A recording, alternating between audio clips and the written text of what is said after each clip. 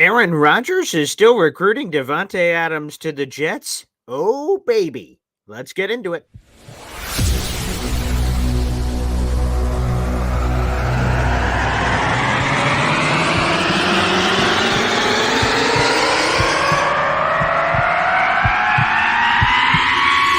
Zoinks! It is unequivocally the Super Bowl for New York Jet fans. Field Yates, baby. Field gosh darn Yates. Let's bring him on the show. Come on, people. Aaron Rodgers is joining the show. What's up, Adam? But Trevor gosh darn Sycamore, baby, for me, personally, my favorite New York Jet of all time. Wow, it's great to be on. What an intro that was right there. Paul, nobody does an intro like you, man. Paul, you give the best intro of literally any podcast that I've ever been. I'm gonna lose my gosh darn bananas.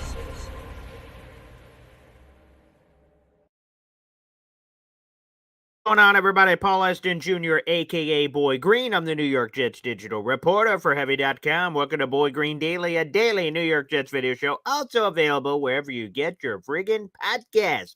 And before we get into today's very sexy topic, let's bring in our very sexy guest. It is Nick Faria, Pro Football Network, Athlon Sports, all things New York Jets. And folks, 2 weeks from today is the first practice for the New York Jets in training camp on July 24th. No better guy to bring in than Nick Faria. What's up, Nick? How you doing, Paul? I'm doing excellent. Are you starting to feel it? Is there some bubbling happening inside your body now that we're 2 weeks officially today from the first practice? I mean, it's got to be, right? You get that feeling after the 4th of July. It's now just a countdown to the start of training camp. Happens every year. I believe the Jets are on the 23rd, so we only got a couple weeks left.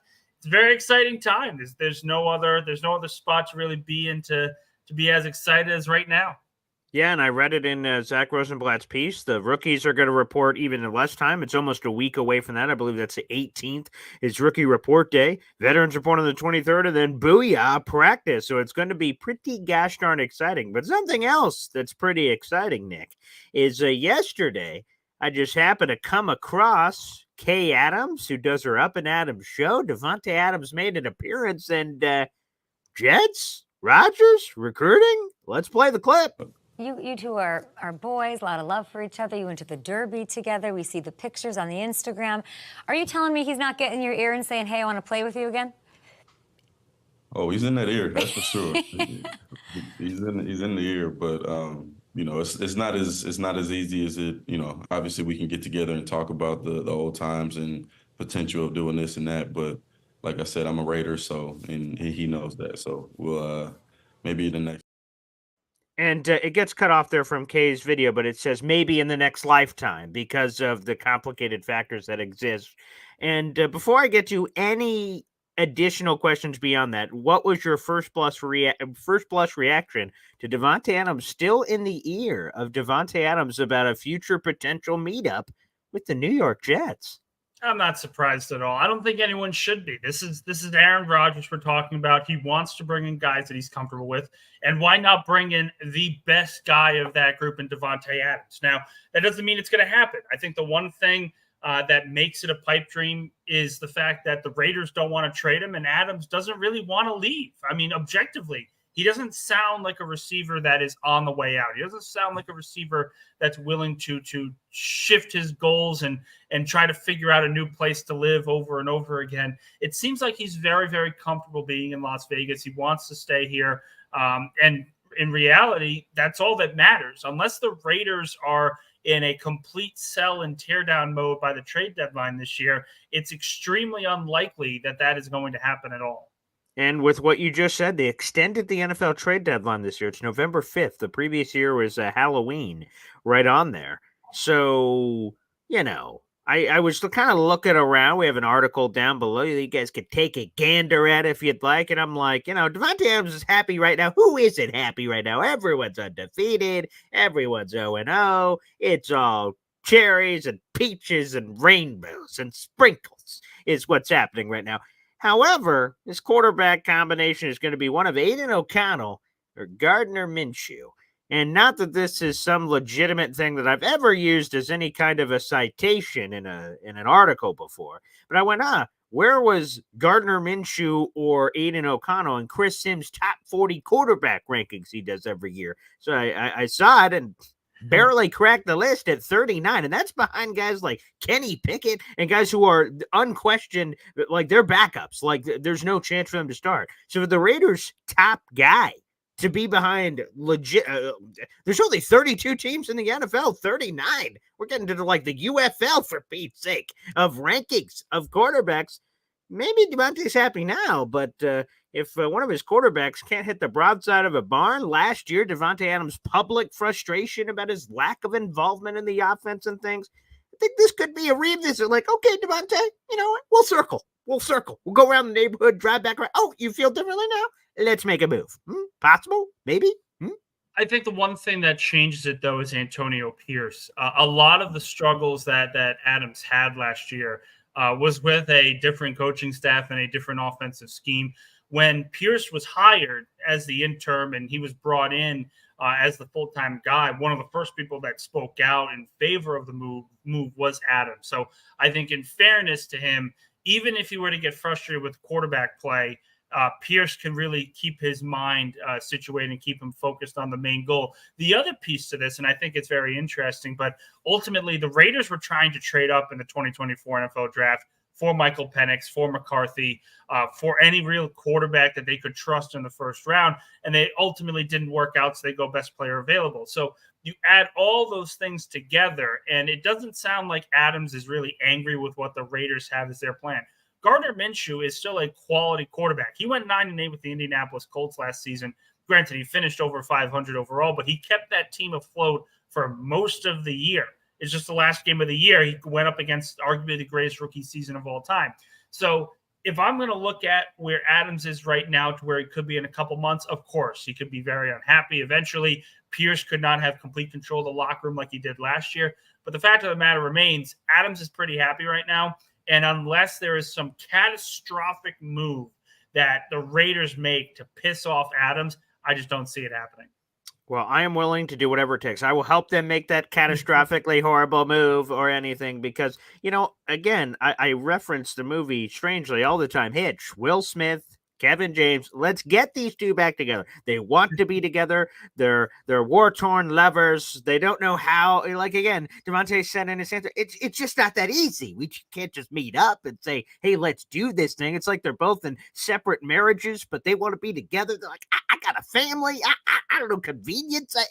How do we do this thing? Well, let's help them do this thing. That's what I'm saying, for Pete's sake. But again, there's some T's and I's and all kinds of things. And plus, tell me the odds of this, because there are some people that have responded to this article and that video, for that matter, saying the Jets don't need Davante Adams. And a lot of their things that they said is, well, there's a world where Mike Williams is healthy.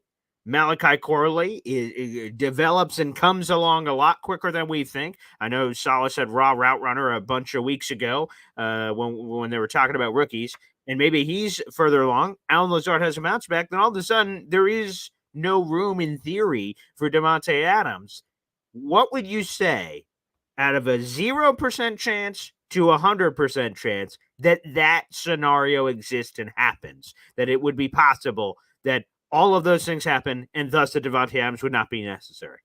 I would say something along the lines of 30 to 40%. And I'm the optimist here. I've always been sort of the optimist. I find it extremely hard to expect Mike Williams to be back at 100% for an injury that usually takes 2 years to get back to 100%. And like the athlete he was before, I think it's very difficult to determine how good Malachi Corley is going to be right away. I never want to put that pressure on rookies because it's just not fair for them. They're learning a new game. They're learning a new system in the case of Corley. With Lazard, all bets are off. Flip a coin. I mean, he could be on the roster by the time week one starts. He could also be traded by the time week one starts. We have no idea what's going to happen with him.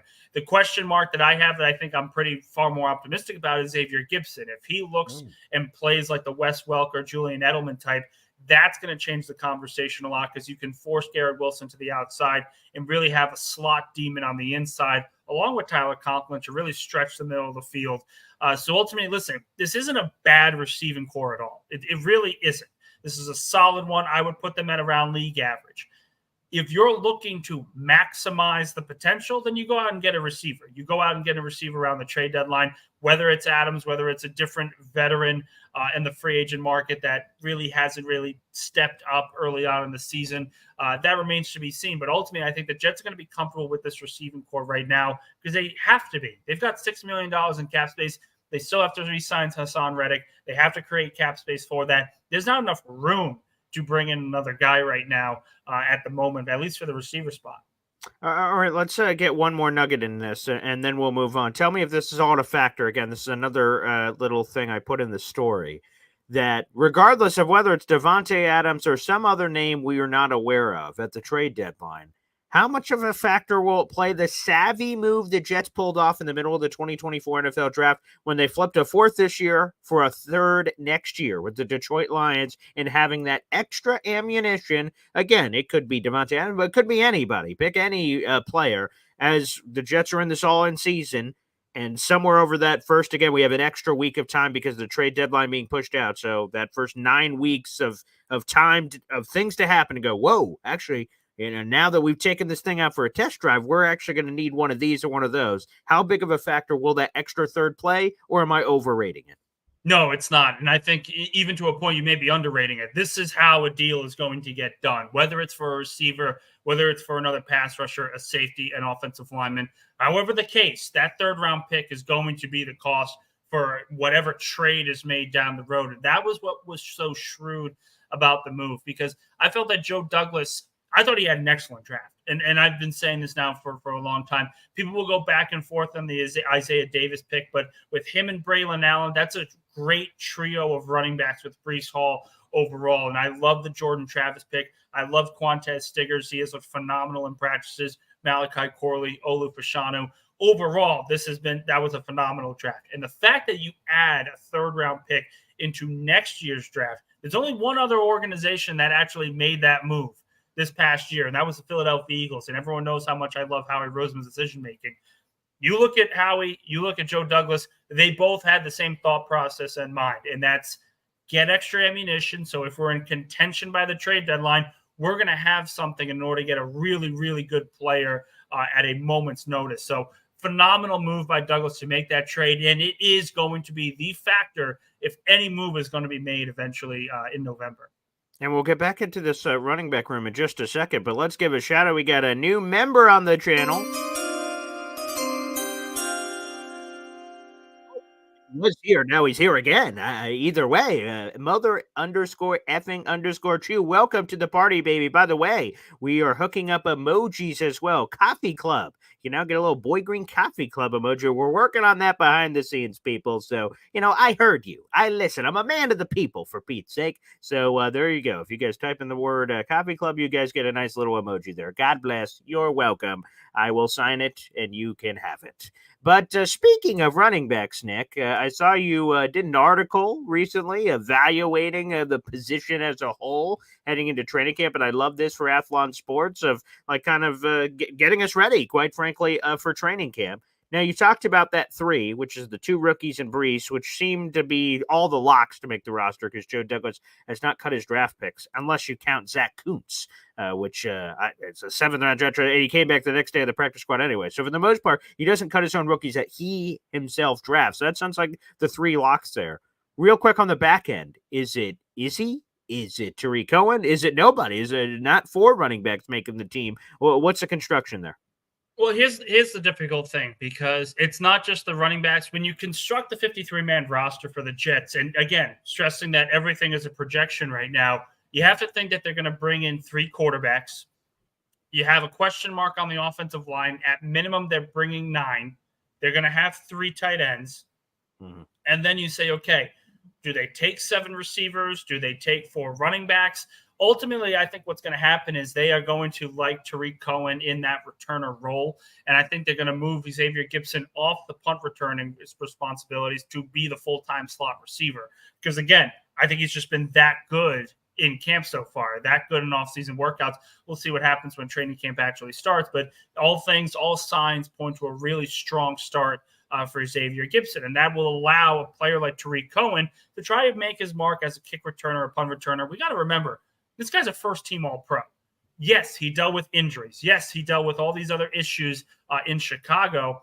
But at the height of his powers, he was the best punt returner in football and a really good kick returner with the rules not really at his favor. Now with the rules in his favor, you have to expect that he is going to be a major point for the Jets this season. I thought it was a great pickup when they made it. The question now becomes, okay, is it him or Jakeem Grant?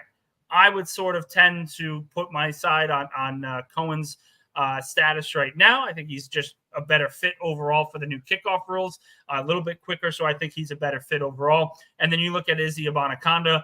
I thought the Jets should give him more time to develop. I never like releasing a player that was drafted in the 5th round just a year after you made that selection, but it's a 5th-round pick.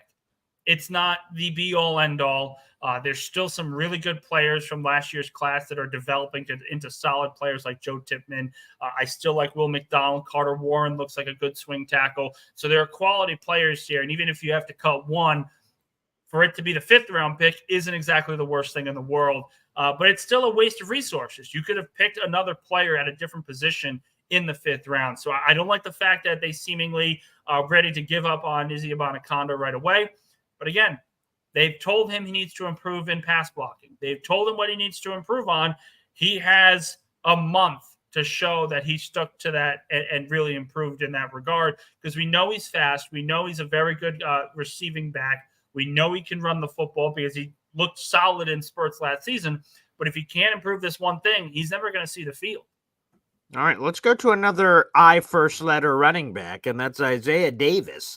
And tell me, so first off, in the initial, we went through the spring, and the things I heard was like, kind of underwhelming. He lined up in the wrong spot, had a fumbling issue, and it was just kind of blah. That's what I heard at first. But now in the weeks leading up of the gap, so this just could be nonsense. When we have no time, maybe we make up things. But I've started to hear more good things about Isaiah Davis and his prowess on special teams and what they believe he could do on this team. Is that all made up hoopla from the break, or is that legitimate? There has been, buzz is probably too aggressive a word, but it's just under buzz. There's just been some murmurings of Isaiah Davis going, whoa, actually, that wasn't too shabby.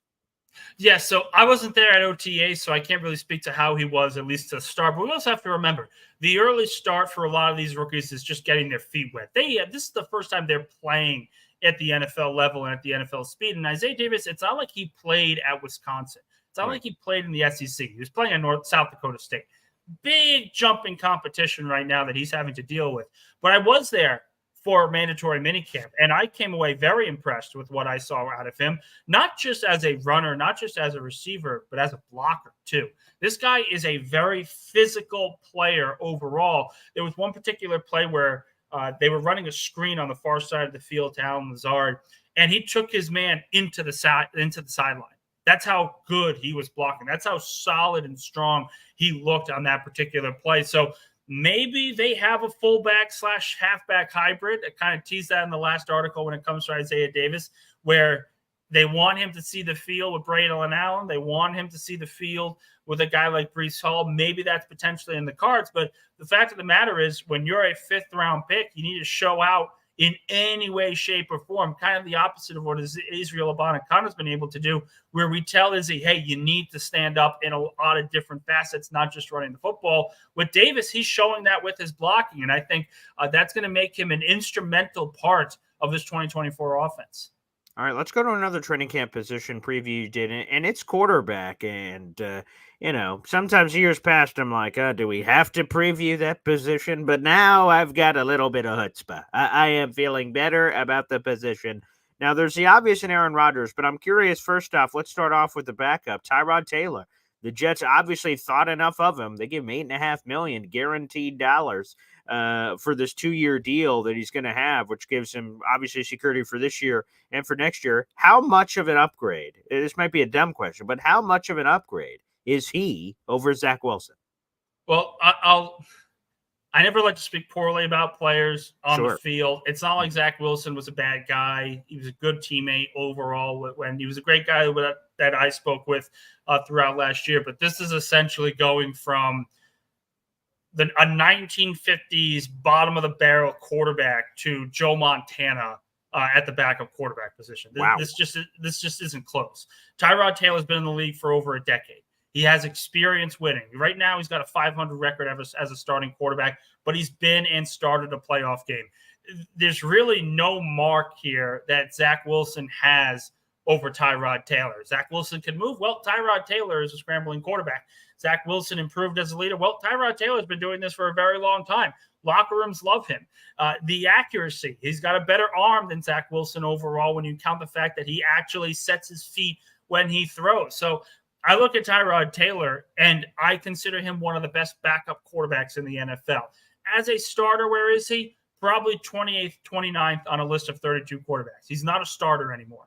But as a backup, a guy that can come in and win 2 games if he has to make 2 starts for an entire season, he is absolutely that kind of guy, someone that you can trust down the road. I thought it was one of the smarter pickups Joe Douglas made this offseason, not just because of how much his veteran experience is, but if Aaron Rodgers were to go down and the offensive line were to go down and the Jets quarterback, the backup quarterback, was put in a similar situation as he was last year, you need a guy that's going to be able to create with his legs. You need a guy that's going to be able to improvise an offensive play. And Tyrod Taylor does that better than any other backup quarterback because he can move outside the pocket. That is a fundamental difference than what the Jets have had over the last few years. A quarterback that wants to play free, is willing to play free. Taylor is certainly that guy. I think an upgrade to me is an understatement because it is just night and day different from what the Jets have been dealing with. Well, let me ask you, one of the concerns other people have had about the potential of this specific backup quarterback versus some others, perhaps, is the injury issues, apparently only against the Jets or doctors that like to puncture lungs. But outside of some of those, I suppose, in all seriousness, I guess, the durability questions that are with Tyrod Taylor, are those legit? Do those concern you? Is it nothing? What do you make? You guys know I'm an NFL historian. You guys know my background overall. When I hear injury concerns for a backup quarterback, I have to laugh because that is the one thing that everyone was terrified of when Philadelphia brought in Nick Foles to be their backup for Carson Wentz. It worked out pretty solid. And remember, with Foles, he has never started a full 16-game season. He never did when Philadelphia brought him back in 2017. And they essentially said, we need you to win 2 starts. Win 2 starts when Carson Wentz gets hurt, and then we will be perfectly fine. And in turns out he won, 4 or 5 of them? No one could have predicted that. But just because you have a concern about a backup quarterback does not mean that that's going to happen in the 2 starts that he's going to have to deal with. He played in, 10 games last year for the Giants? Those injury concerns are valid because he played longer than he was expected to. That's not going to be the case for the Jets, or at least the team hopes that won't be the case going into the 2024 season. All right, fair enough. And then just one more, and then we'll open up the phone lines where you guys can call in and ask a few questions if you'd like. Jordan Travis, is he making the team this year and then just legitimately redshirting IR, or is he going to be that third developmental guy that is kind of in the conversation? I think it's going to be a wait and see for Travis because they want to see how the leg reacts. It sounds like he's going to be ready for the start of camp from the people that I've talked to. But again, things can change. They may want to just stuff him on the PUP list and say, learn the game. Don't worry about this. We have Andrew Peasley here that's going to be able to sit and be the third quarterback. I'm not saying that's going to happen. I think overall, the Jets' best opportunity is to have him be the third quarterback and be the inactive /third guy because he's not going to see the field this year. That's the expectation. And if he were to have to, you sign in another veteran quarterback immediately before throwing out a rookie quarterback like that and throwing him into the Wolves because it's just not fair for him overall. I think they have to learn from the Zach Wilson mistake over the last few years of sitting a quarterback, letting him develop, and letting him produce when the time is right, not just when you feel that you need to put him on the field as a second overall pick. So the pressure's going to be off. He's not going to play. The real question is he going to be on IR, or or is he going to be on the 53-man roster, third quarterback type of role? Either way, he's not seeing the field this year. Fair enough. Again, we got 250 people in the room live right now. Make sure you guys like the video on YouTube. Hit subscribe down below. If you're watching on one of the other features you'd like to call into the show, you have to be exclusively on youtube.com/boygreen25. And guys, continue to paint the chat green. Let's get some more members here on the program. We got the emojis, and the longer you're a member, your icon now changes. See, Boy Green looked up the technology, and he's figuring this stuff out. It's spectacular. All right, let's jump on over to the phone lines. First off, we got Easy in the truck. What's up, Easy? Good morning, Paulie. How are you? Yeah, excellent. Thank you. Hello to your guest, Nick. How you doing? I'm doing. You know, I'm working. Rather be retired, but I'm working. Rather be back in New York so I could see all the Jet games, but I'm stuck here in Dummy Junction, North Carolina. In due time, Easy. In due time, you'll break through. Yeah. No, yeah. Anyway, it was a good conversation you guys were having about backups and all that stuff. And, well, one of the things I wanted to mention, which you mentioned, Nick, was how the hell are you going to pay for Davante Adams? How are you going to pay for him? Who are you going to cut? Part of it. You got to cut. You got to cut somebody, and it has to be someone you could cut that's not going to be a cap hit either. It's got to be a straight, no guarantee money cut.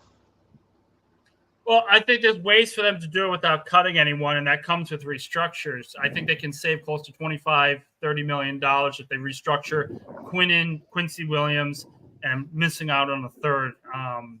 I just read about this last week, but I'm drawing a blank. But there's three moves that they can make to save roughly around $25-30 million in cap space.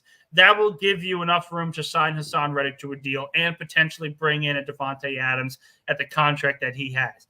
But that also means you can't address the backup quarterback if Tyrod Taylor goes down. You can't address the offensive line if an offensive lineman goes down. You can't address a lot of the needs that could come up with injuries throughout the season. So ultimately, it's a pick and choose game of who do you want to spend money on and who you want to spend resources on.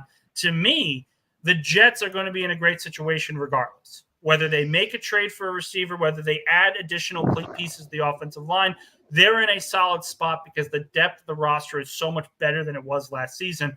You don't necessarily need Adams early on.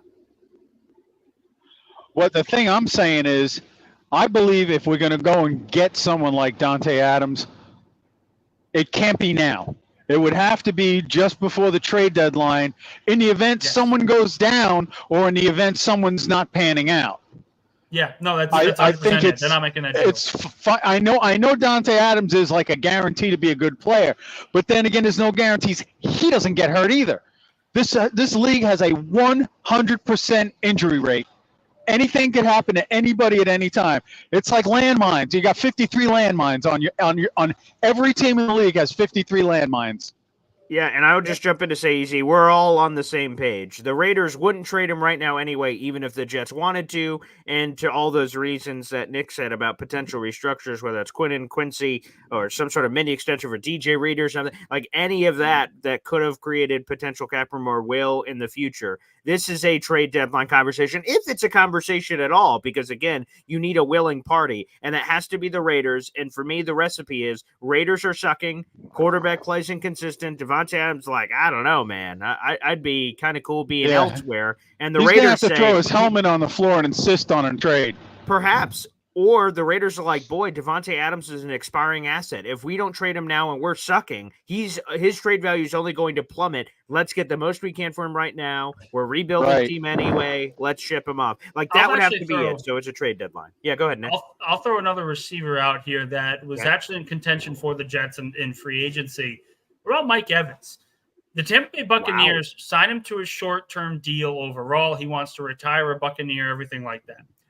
Are we sure that the Buccaneers are going to run away with the NFC South like they did this past year, with the Atlanta Falcons as upgraded as they are as coach and quarterback? Are we sure that the Saints are going to be a little bit better? The Panthers, I mean, everyone knows that the Panthers aren't going to be that good, but could they be 4 wins better? Sure, that could take a couple wins away from Did the Falcons get Cousins at quarterback? Yeah. Yep. Oh, yeah. Oh, I think if I was What team is Mike Evans on right now? Tampa Bucks. Bay. Yeah. He's on Tampa. What receivers that are decent that we could grab are on Atlanta?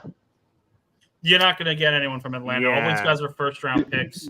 They're Or not. just They're not got paid, like Drake London and who's the Darnell Mooney and stuff, and they paid him a lot of money. So there's no one we can pluck from there, I'm afraid.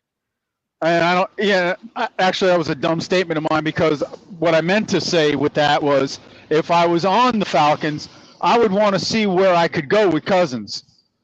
Yeah, no, 100%. Because and that's what I'm saying. If Atlanta jumps out to an early division lead and Tampa's struggling, because again, there's no guarantee that Baker Mayfield is this great quarterback for a second straight year with the offensive line issues that they've had. The defense got a lot worse without Carlton Davis. There's a lot of question marks surrounding the Tampa Bay Buccaneers this season, even though they got to the divisional round and were hard out by the Detroit Lions. So maybe Evans is available. Maybe Chris Godwin's available. Those questions are going to have to be asked. But if there's to a point where Tampa Bay has to sell, I think it's far more likely that they sell their receivers than the Raiders do with Davante Adams.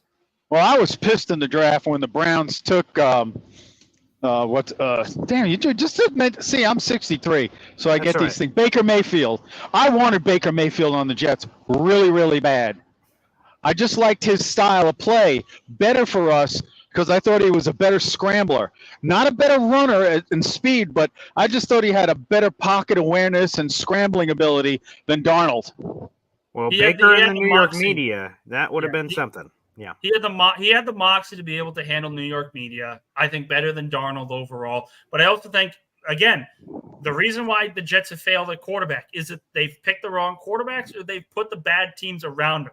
As much as we can complain about Zach Wilson and how much of a failed pick he was, should he have started his rookie season? Probably not. He was one of the more raw quarterback prospects of the entire group, but they threw him out there anyway, and it stunted his development. If he sits for a full season behind a veteran, is Zach Wilson still the starting quarterback? We obviously don't know that question, but it's certainly a what if because we have seen some really talented quarterbacks that were raw coming out were actually developed into really strong ones, top 5 caliber players, because the team allowed them to sit and develop. Same thing with Sam Darnold. The talent around Sam Darnold was atrocious. I think we all agree on that. There was no real chance. I was actually on keeping Sam Darnold once we had started putting together a decent roster.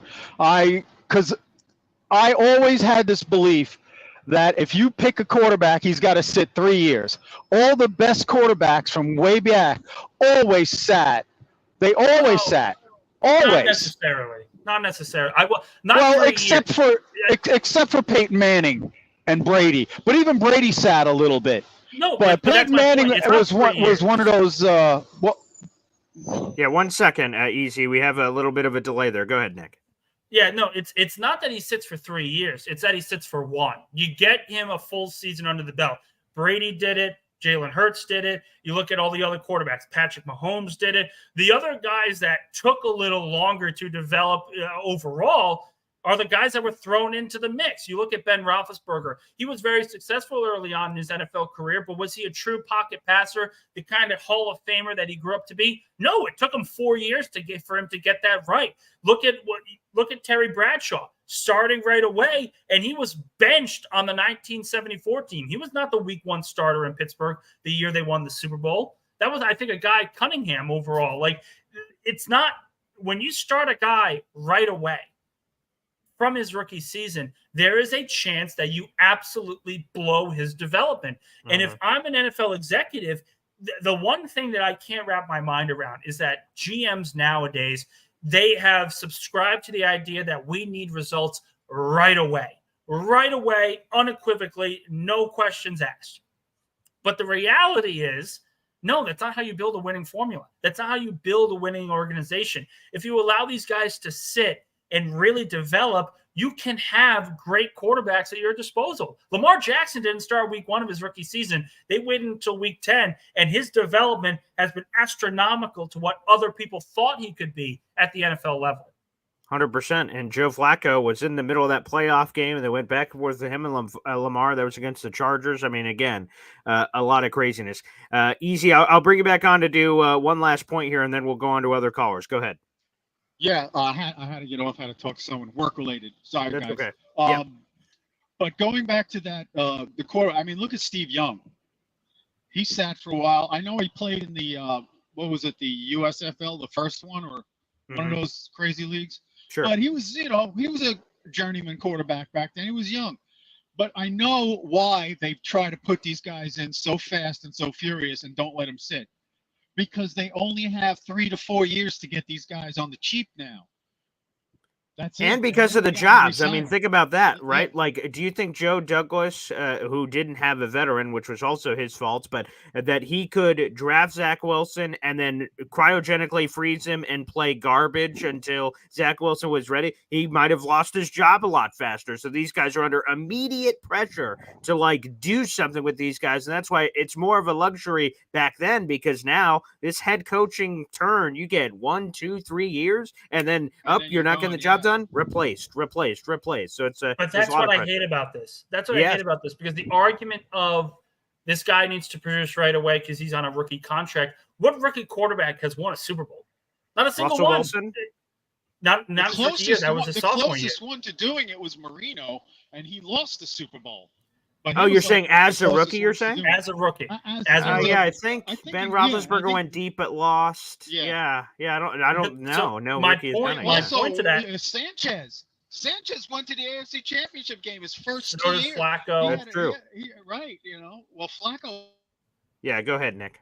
Yeah, but this is my point of everyone wants to have the immediate guy, the story like Flacco, the story like CJ Stroud. And then you look and say, well, wait a minute. If we build a team with a quarterback on his rookie contract, then we're going to have 4 good years with him on that rookie deal anyway. Even if he's in his second or third year, you've got the 5th-year option if he's a first-round pick. You have additional methods to be able to give him that money, give him that deferred contract. I look at the Jalen Hurts example. His rookie season, he was not a first-round pick, so we didn't have a 5th-year option. He sat for most of his rookie season. His sophomore year, a lot of questions. They make the playoffs at 9-8, but he was a really deficient passer. Still on his rookie deal, year 3 of 4. And they go all in with A.J. Brown. They bring in Hassan Reddick. They get to the Super Bowl. They give him the long-term extension, but year 4 is still on a rookie deal, which allows them to prorate the salary and push a lot of the cap hit to later on in the contract. Ultimately, teams want to do this, but they don't want to be patient enough to make that happen. And I think that's the problem overall that plagues the Jets of more than any other team in the National Football League, because they aren't willing to be patient enough. Philadelphia Eagle fans are just as impatient as Jets fans. I continuously say, Jet fans, you guys are bipolar, love you to death. But Philadelphia Eagle fans are pathologically negative, and there's really no in between on either side. And I look at both and say, okay, we all hate life. We all hate our teams when we're doing bad. What's the difference? Philadelphia is just a little bit more patient with their team, a little bit more patient with their quarterbacks, and it ends up working out. The Jets throw him out the door his rookie season. People were calling for Zach Wilson's head after his rookie season. And it can't be like that. If you want to develop a professional team, a team that's going to be feared more than anything else with a young quarterback, you have to let him sit and develop into that guy instead of throwing him out there right away. 100%. Yeah, you're on mute here, Easy. Yeah, there you go. Go ahead. You're on now. What is the percentage of first-round quarterback busts in the NFL? It's like 50-50. Yeah, it's pretty high. Pretty high. That's why I don't like getting first-round quarterbacks. That's why I think what they did this year with Travis is brilliant, because this is a good kid. Had he not been injured, they'd have been in the college playoffs. Sure. No doubt about it. Easy. I'll ask you this question then. Would you rather take Joe Burrow or Jalen Hurts right now? Joe Burrow or Jalen Hurts? It's I Joe would Burrow. take Jalen Hurts because it's Joe Burrow. I'm saying it now. Well, I'll tell you why I don't want Joe Burrow, and it's not because of his talent. It's because he's made of glass. I mean, that's the only issue. He's fantastic. Okay, Justin Herbert. I love him as a player. Justin Herbert, I think he's overrated. I think if you have him on the Jets right now, would you not be happy that you have him as your starting quarterback?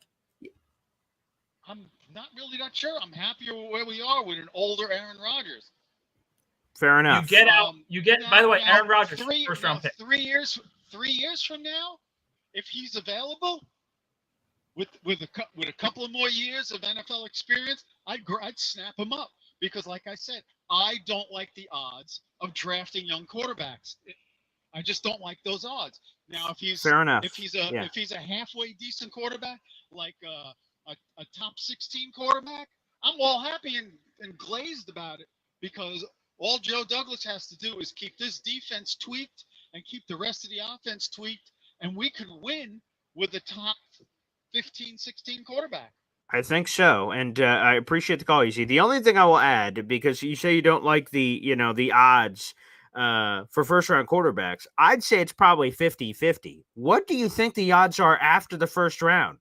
Spoiler alert, significantly less. That's why, like, you could say, wow, I love the Jordan Travis pick. Well, there's no guarantee Jordan Travis is good. It's a dart throw. I don't mind it. I don't mind what Joe Duggo said at his pre-draft presser, where we want to take a quarterback every year and do the Wolf Packer strategy. Fine. Good for me. Why not? You're right. Every blind squirrel can find a nut. If you just randomly stumble into a guy, fantastic. There are rare examples. Dak Prescott's a fourth-round draft choice, and I love Dak Prescott. So he's sometimes you find something. Tom Brady. Sometimes you find things. Russell Wilson, third round. Like sometimes you find things where quarterbacks just kind of appear that you take a chance on. So that's good. But again, you may not like the odds in the first round, which is 50-50, which is basically what the analytics say. But after the first round, they're much worse. People hate him overall, but I actually completely concur with Colin Cowherd's selection and thought process on quarterbacks. You get out what you pay for. If you're putting a first-round pick on a quarterback and it works out, you are getting first-round talent. If you pay later on, you're getting a guy that is capped for a certain reason, whether it's Hurts, whether it's Prescott, Wilson, whatever it is.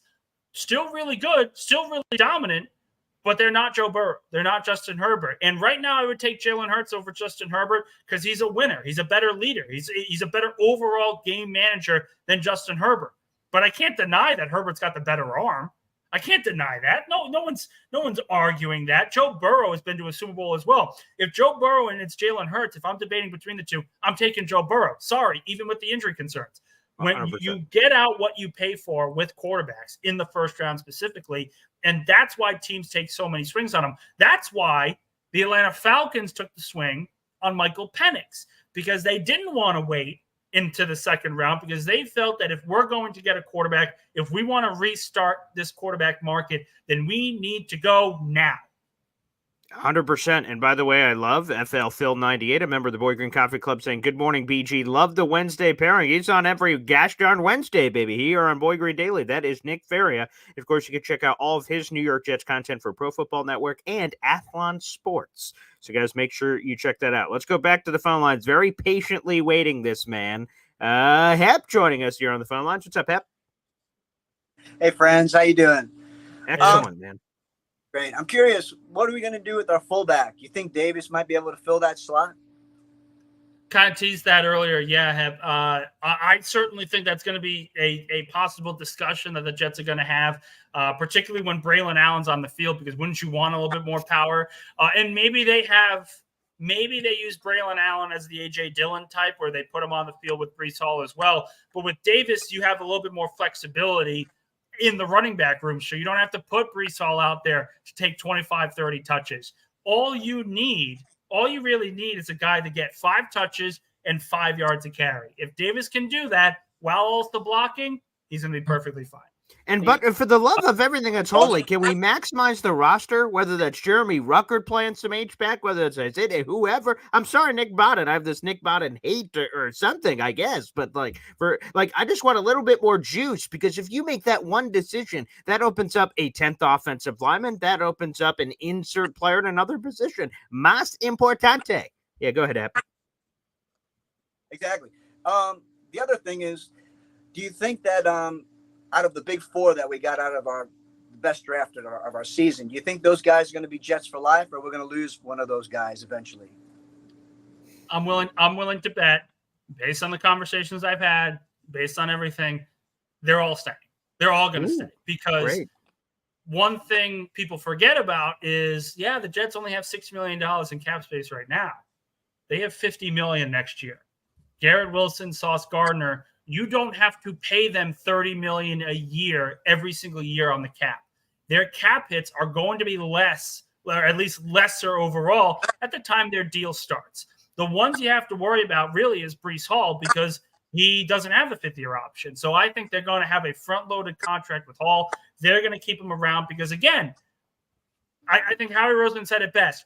When you have an elite running back at your disposal, and I mean an elite one, a complete, total, can run, can catch, can block, do all the great things, you don't let him walk out the door. The New York Giants kind of fumbled that. You just have to watch Hard Knocks for that overall. But the 49ers give Christian McCaffrey $19 million. Is Breece Hall going to get $19 million? Probably not. I would assume right around the $13-14 million range. I think a little bit higher than Barkley overall. But he's getting his deal because it would be very, very foolish not to give him his deal. I think they understand how important this core is to the team, important this core is to the future, and they're going to ride with Hall until the wheels fall off. And as of right now, he doesn't have the tread on his tires that a lot of running backs do, like Ezekiel Elliott had after his second season. Yeah, exactly. Thanks, guys. All right, there you go. Hep joining us here on the phone lines. Appreciate you guys. And keep the phone calls coming. That is pinned to the top of YouTube. And also, let's keep the memberships coming too. Gift one, get one yourself. You deserve it. Buy one for yourself.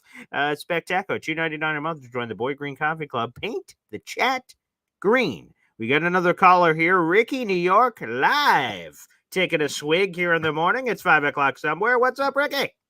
Oh, yeah. How you doing, Paul? Excellent. I'll tell you what a great guest you have today with Nick. What an intelligent guy. Paul, how many times have you heard me say the first thing that we need to attack is Breece Hall and give him a front-loaded contract and get it out of the way? 1,000 times. Numerous times, right? Yeah. Mm-hmm. Yeah. It's just logic. Get them done first, and you don't have to worry about the others. Absolutely. And I mean, compared to the others, he'd probably be the most affordable too. So yeah. And I said the same thing, you can get another running back, but you don't get that running back. You don't get him. It just doesn't happen. These guys don't come available in free agency often. It's just logic. You don't let them walk.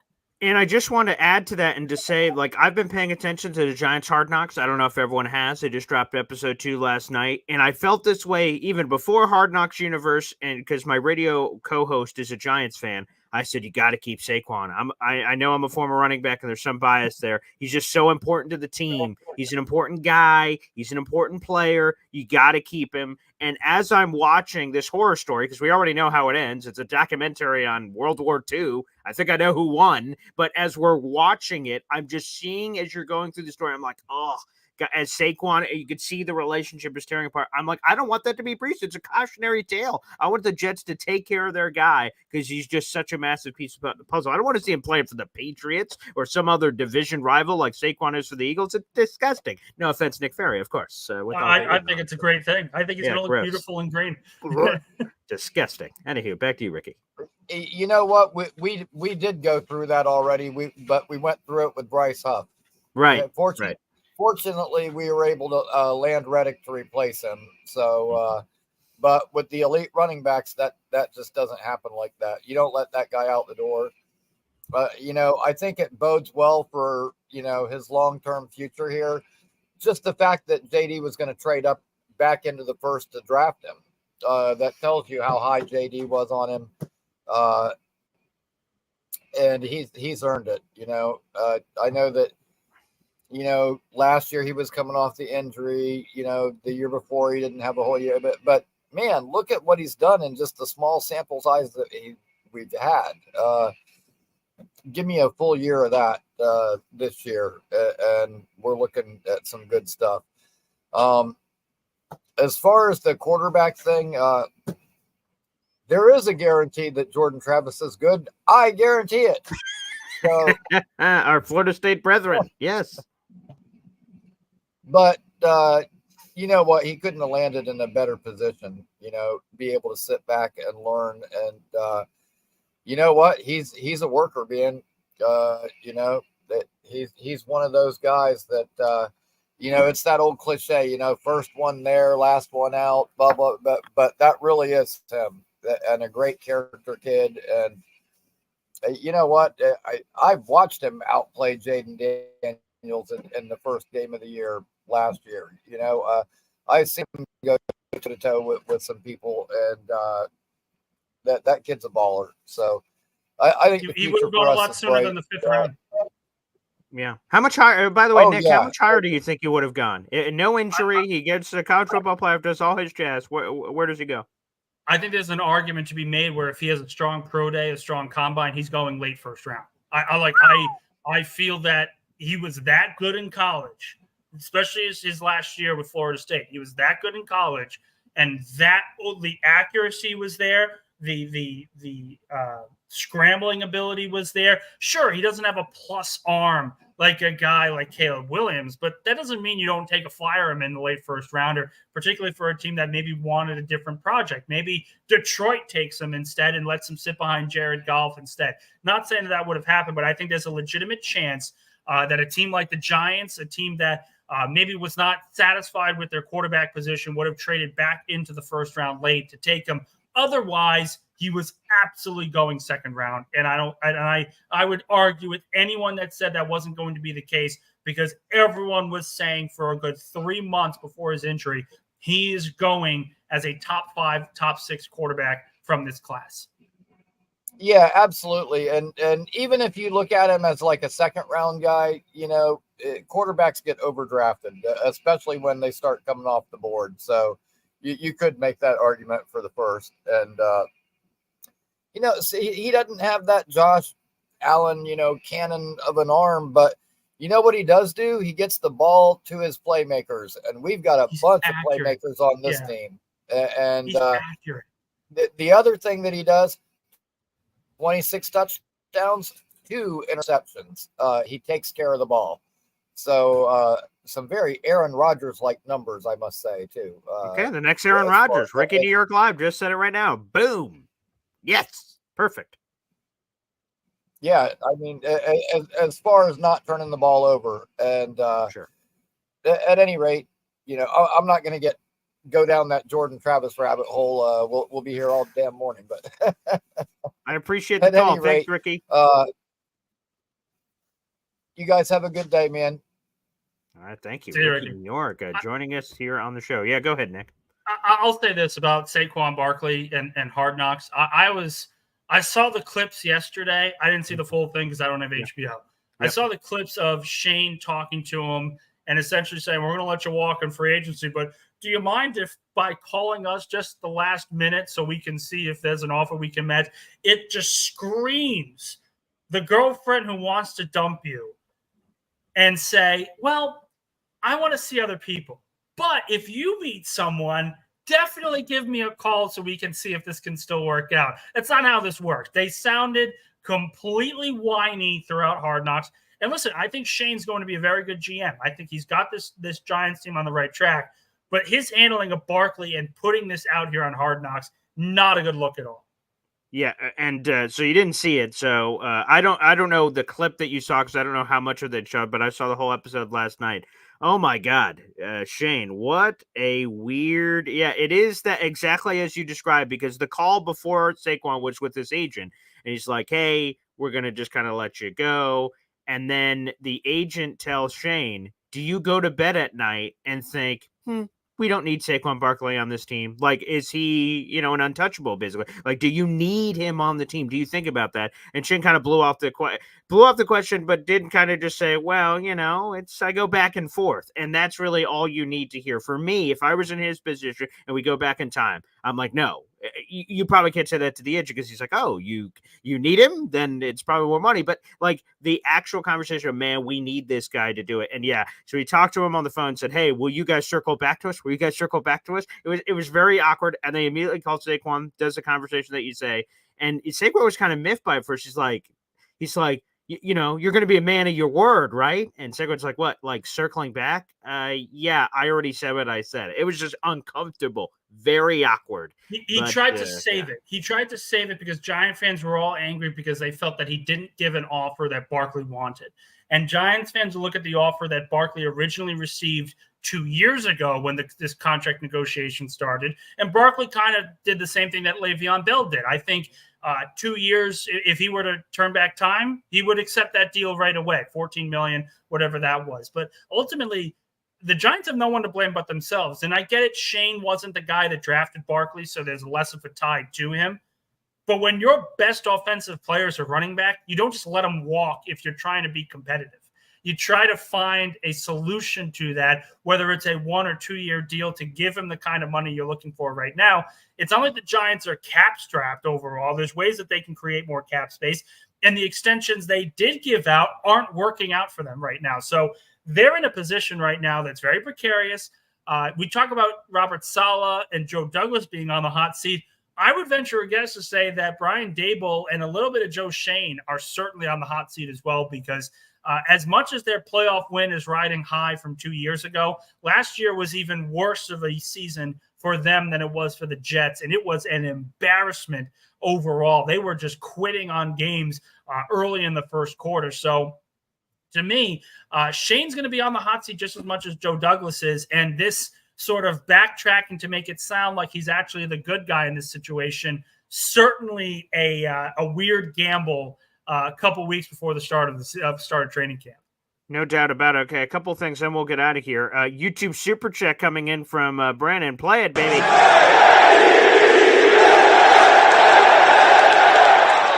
Brennan says he loves the show, appreciates the work I do to deliver Jets content. 3 shows on July 4th. Yes, that somehow happened. Jake Asman show, my show, the Woody show. It was a lot. I can't figure out how to become a member, though. I see that Clancy just explained it to you for the iPhone users, apparently. So, yes, if you do have problems and you're like, what the hell does that even mean? That is a YouTube membership. Brandon, thank you so much for the super chat. It is as Clancy describes here. Sign in through Google, go to YouTube website, not app, money sign, gift memberships for yourself and for others. That's the easiest way to do it. Shout out to Clancy for explaining that. And again, you guys can become a member of the Boy Green Coffee Club. We'll wrap it up with one final call here. Johnny Boy, the 411 Juega House here on the show. What's up, guys? What's going on, Boy Green? What up, Nick? How you doing, brother? How you doing, Johnny? Hey, Nick, man, I just want to say I always appreciate you, bro, coming on and putting on your takes, because you look at it as not like us Jet fans, right? You're really unbiased when it comes to it, and you kind of tell it how it is. So I've always appreciated that. And the other thing, man, with the whole Giants stuff, bro, first and foremost, that show, that Hard Knocks, you could tell which is the better New York team. It looks like I don't know what's going on over there with the whole Giants stuff. And I tell you this right now, Saquon Barkley is watching that show, writing everything down, and he's going to unleash some type of hell on that team when they play each other, bro. So I cannot wait to see it. I will be there. I will have my popcorn ready to eat it and be like, good. That's what they get, because they did them wrong, man. And you know, I still stand by that. And you don't let go of your best player that literally was trying to carry the damn team on a bum leg at one point. So, man, what is Saquon's ADP? I want his ass in fantasy, especially for Giants-Eagles week. All you need to think about is this: the Giants' best offensive lineman is Andrew Thomas. Everyone else is either average or below average. Philadelphia's got 4 All-Pros on their line now, and Jason Kelce retired this offseason, and they still have these guys. What's Barkley going to do when he's running up a hole that he's never had in New York? Like, can't wait. Logic, and also he's been the focal point for the Giants. The focal point of the Eagles' offense is not Saquon Barkley.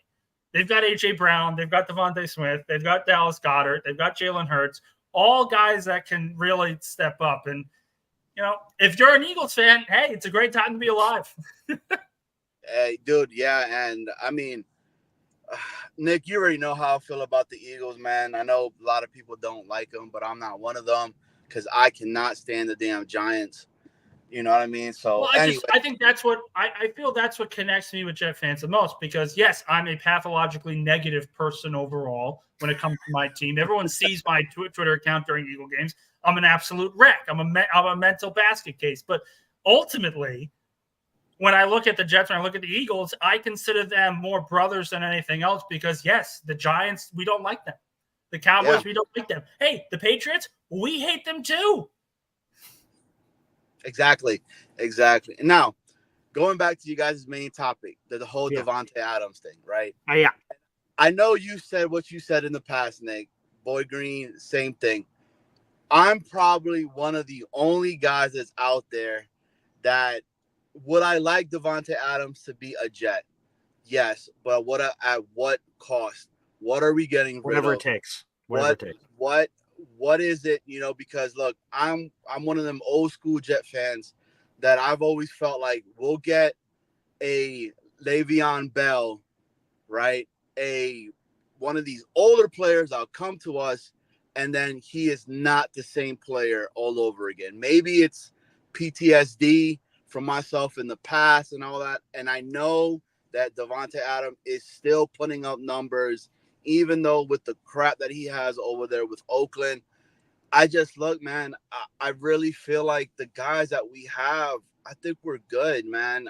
I want to know what Jason Brownlee is and what he already has with with Aaron Rodgers. I want to know what Xavier Gibson is going to be, right? I mean, if we're trying to build a contending team for a long time and not just for the quick patch for right now, I mean, the Davante Adams thing, it's a tough one, man, because it's such a loaded gun type of question for me. And I'm just going to say it, like, I don't want it. I wouldn't want him. How dare you?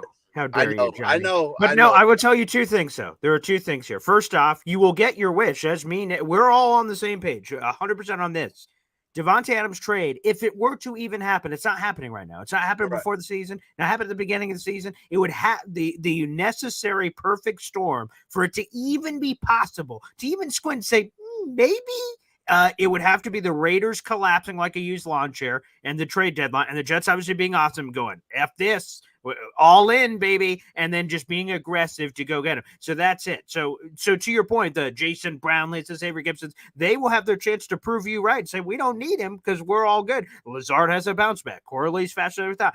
Gibson, all these other guys, all that. Mike Williams healthy, all that, and maybe we don't need him. So there's that. But to your old guy thing, I don't know. I got some burned scars. For every example you gave, there's an example with an older guy came and had an impact. LaDainian Tomlinson, Alan Faneca, Damian Woody. We could go through the list of older guys, Calvin Pace. We could go through the list of older guys they brought in that had great success. Sure, there's plenty of guys in the dead body graveyard pile of Le'Veon Bells, and I mean, go for Ed Reed and all these other ones. Yeah. So, but there are Johnny, lift yourself from the doldrums, from the terrible. Like that was like 12, you're getting some Nick Ferry, Philadelphia Eagles fan vibes here. Like, come on, man, rise up, have some optimism, I'll say have some juice. Go ahead, Nick. If the Jets are 7-1 and the Raiders are like 0-8, right? Yeah. That could happen. And by that point, you say, if you're the Jets, you say, all right, do we go all in for this one Super Bowl, kind of like what the LA Rams did a couple years back? Screw it. Give them 2 first. Let's get this done. Whoa. And you move on. Whoa. Whatever the price is. Whatever the price is. I'm throwing it out there. Yeah, okay. But you give them a first-round pick. You say, done. Give us him. We're going to win a Super Bowl. Then it's a little difficult because even with a rebuild after that, you sit there and say, well, we got a Super Bowl out of it, so who gives a crap? It's essentially what it comes dodown to. You're here to win a Super Bowl. What gives you the best chance to win a Super Bowl? If you're 5-3, you're not making that trade with a first-round pick. If you're 7-1, 8-0, and you've been steamrolling the NFL, then there's really no other option. You go get a top player like Adams. You get the last piece of that puzzle. Yeah, I mean, you guys are right. BG, those players you were saying, bro, them players were like 10, 12 years ago. And then every other old player we've gotten has been horrible since. Johnny, this is what happens. It's a natural stepping stone. Terrell Owens, Javon Curse were brought in 2004, and then it was a decade of futility for Eagle free agents. I don't need to remind you of Nnamdi Asomugha and all these guys. And then what happened? 2017, it all changed. So exactly what Nick said. And what I'm saying, Johnny, so you're saying we're due. That's what you're saying. But it hasn't happened in 12 years, Boy Green. Well, that means we're due, mother. That's what that means. I said it. I said it on one of my articles. I said they're due for something. Yes. It's going to end eventually. Now, I think we're going 14-3. Everybody's been looking at me like I'm nuts and all that. When I look at that schedule, I'm not scared of any team at all on there, so we're going to see. Look, I'm hyped for the season. BG, can't wait to meet you. Nick, maybe you're to the home opener out of nowhere and, maybe not, but we'll see you there, hopefully, right? Well, I think you'll probably be working, but well, that's the hope. That's the hope. Yeah, so, there you go. But I appreciate you guys, man. I just wanted to come up here, show some love. I got to get out the house. I don't even know what the sky is anymore, so this is like a field trip for me right now. Mom and baby all healthy? This is the first time I'm talking to you. Oh yeah, that's true, right? Yeah. Baby's good. Baby's healthy. She's eating 6 ounces already, which is insane. She turned a week today, actually, which is great. Yeah, awesome. Congratulations, man. Mama's having all the postpartum stuff and just trying to get it can be tough. So when I was able to leave today, because I got to go drop my wife's car off at the body shop real quick, it's like a field trip, bro. So like I don't know what to do. I feel like I should go to Applebee's. 50-cent wings up, 50-cent mozzarella sticks. Go to Applebee's. There you go. Nice. Hey, I appreciate you guys. Keep doing your stuff. Nick, always a pleasure. BG, you already know, bro. Coffee Club all day, every day. Damn straight. Appreciate you guys, man. All right. Thank you, Johnny, for the call. And yes, we're a week away from the college football video game. Can't wait for that. My old ass is going to be seeing, can I still hit the sticks? We'll find out. Nick, quick plug for anything you got going on over the next week before we see you again. What do we got? I'll follow on Twitter. I'm doing my training camp previews today. It's going to be focused on the receivers. And we'll be rolling right down the list heading into camp going in the next couple weeks. Okay, just pencil in Davante Adams at receiving core. It's happening, baby. Let's go. Thanks, everybody, for tuning in. And we'll be back tomorrow morning for Boy Green Daily. God bless. Take care, everybody. We'll see you.